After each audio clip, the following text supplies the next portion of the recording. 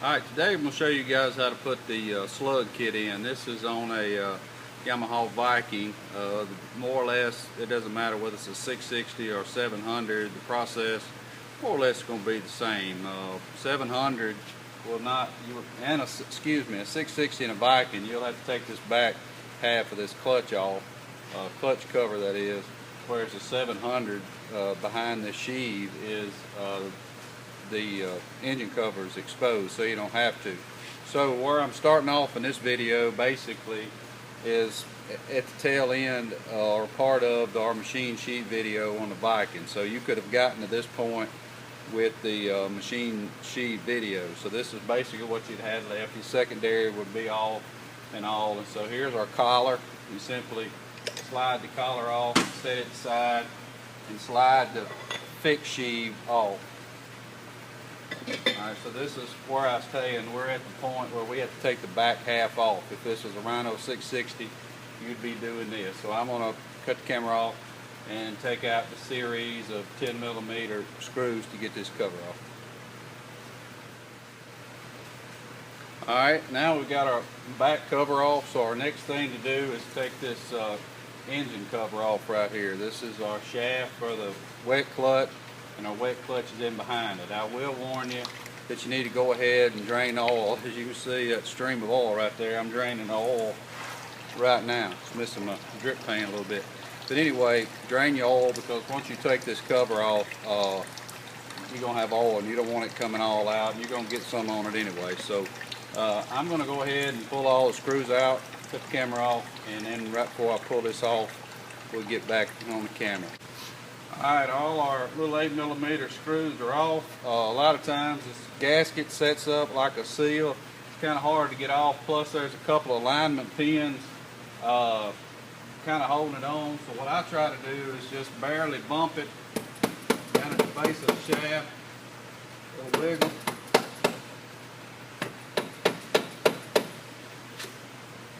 Just won't become.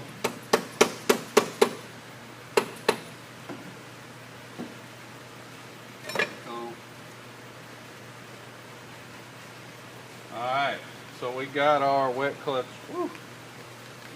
off. Now the reason I'm taking this particular one off, and like I said, this Viking doesn't have about 300 miles on it, but it has some 30-inch mud lights, 4-inch lift kit, and a lot of weight on it. And he's burned up his wet clutch already.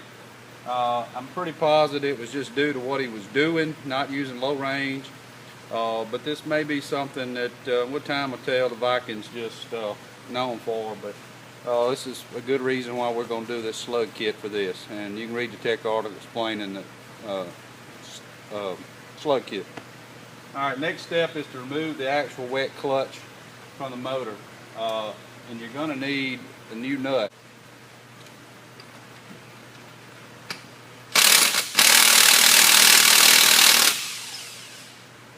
It is left-hand threads,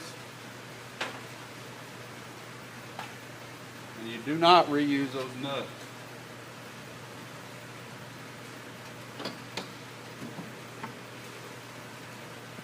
And I don't know if you can see it, but there's a reason why these shoes are burnt up, glazed, they got too hot, and it's just gone, and this thing doesn't have 300 miles on it. So this is why we want to do the slug kit. Alright, the main reason that you want to do these slug kits is to give this wet clutch more grip. And this, if you look close, this is off of a Viking. It only has 300 miles on it, and it is burnt up. He's got some big tires and all. And here's our new one. So you can just, well, that's probably a better view right there, and you can see how burnt up it is. 300 miles. Alright, so the way that you get to inside it, so I'm using a vise. You can come up with a little better clamping method to get these clips out, do it. So you just turn it, I'm in between them, get the tension off of them, because this plate back here is spring loaded. And I take a screwdriver. Now I call these "Oh Jesus" clips, and the reason is because if you let one fly out, you'd be saying "Oh Jesus," because you can't hardly find them. Alright, so there's one clip out of what I got squeezed.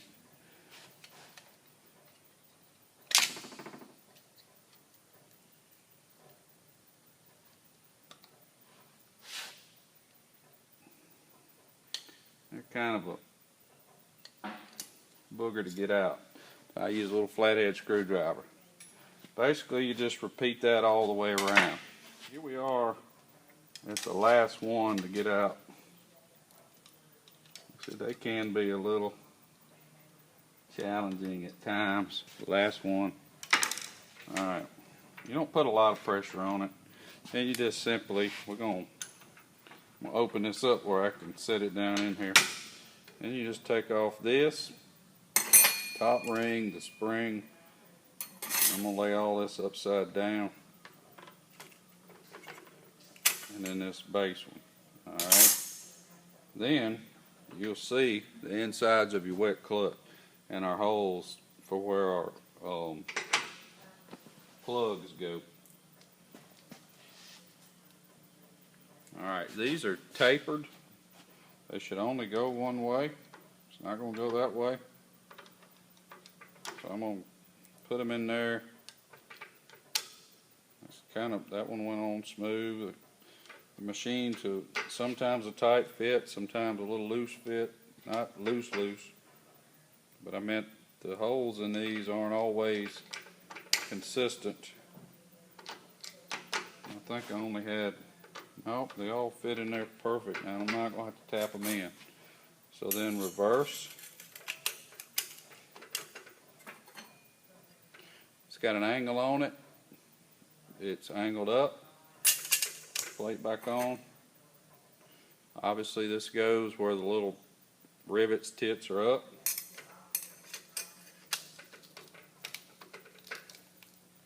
And then basically reverse the process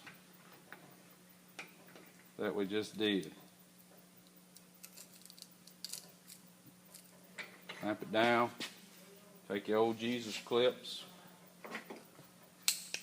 Of course, they got this. They're only going to come in from this way. Unless you got some gorilla paws, you're not typically going to get them to. Alright, there we go. See, I got slid that one back on.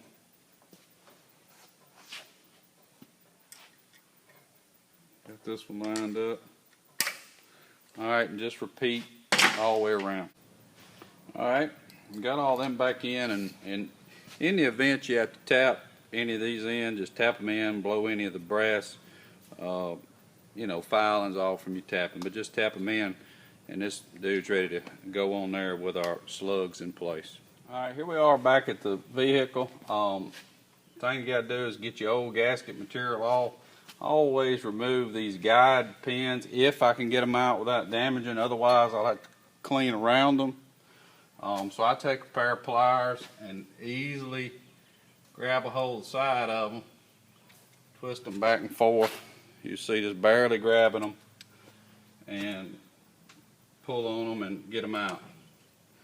If this vehicle's old, sometimes they're going to be tough getting out and you don't want to destroy them, so you can clean around them. Alright. Now the way that I clean old gasket material off is with the wire brush. Alright, once I get it cleaned off with my wire brush, I take some brake clean, spray it out.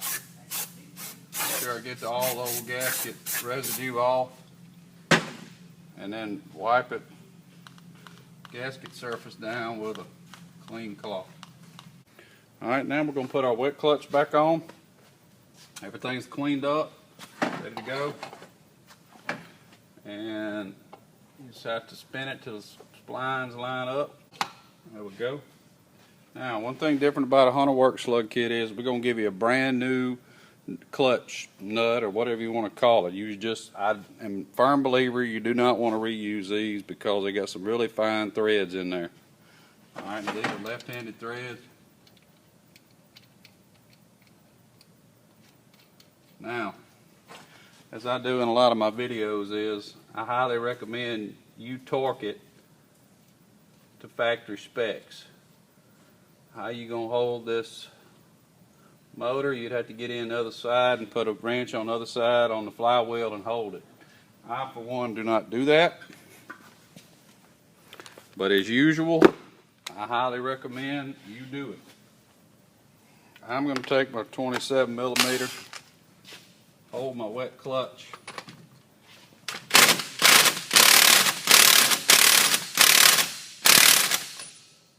give it what I think is proper. Gotten away with it forever. Again, I wouldn't recommend you do what I do. There's a flat place on the crank right here, and you take a punch and flatten it out.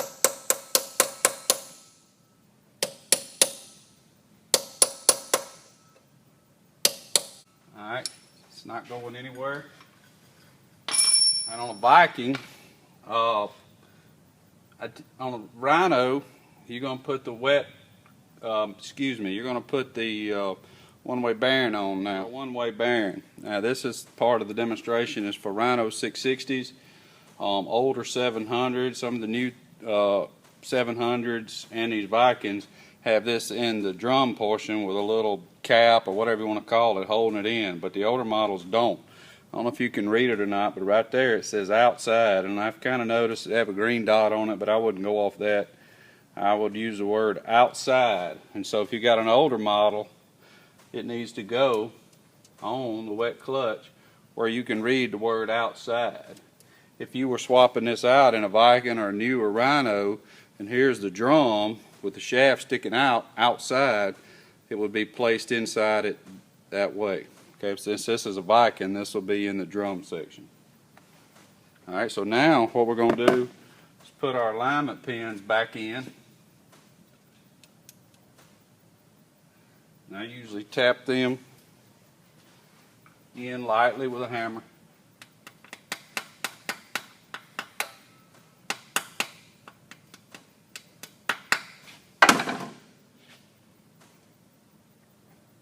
That one went in with my fingers. Next thing we're going to do is put on the gasket, the Yamaha branded gasket we include with all the kits, rhinos or Vikings, all the like. Alright, whoops. And you put your gasket on, and it'll hang there on the alignment pins. And then all we got left to do is put our drum portion back. Got our cover ready to go back on. I'd use the same method. Actually, I use a wire wheel on a bench grinder to clean old gasket material off. I had to put a new drum in it, made it a lot easier for me, but I still use this method. Clean it down with brake clean, get it all cleaned up. Just for a reference, look at the blue where it's this old when it got hot, and you can look inside of it and see how the wet clutch, because it was slipping so bad in this Viking, messed it up. And that's why we're doing this very inexpensive slug kit. So our gasket's on. Our gasket surface on the back side is clean with brake clean. This one's clean. Of course, like I said, our Viking and the newer rhinos have this little retaining ring to hold it in. That shouldn't be coming out. If this is a rhino 700 660 with the old setup, you would simply take it one way, put it on the wet clutch with the word outside written on it as mentioned earlier.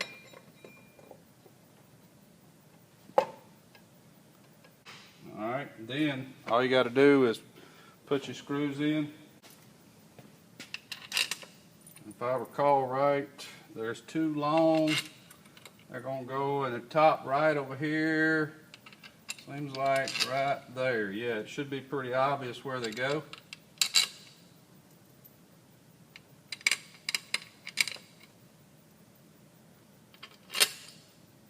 Okay, so the cover's on. Take our 8mm. Cross pattern and tighten them up.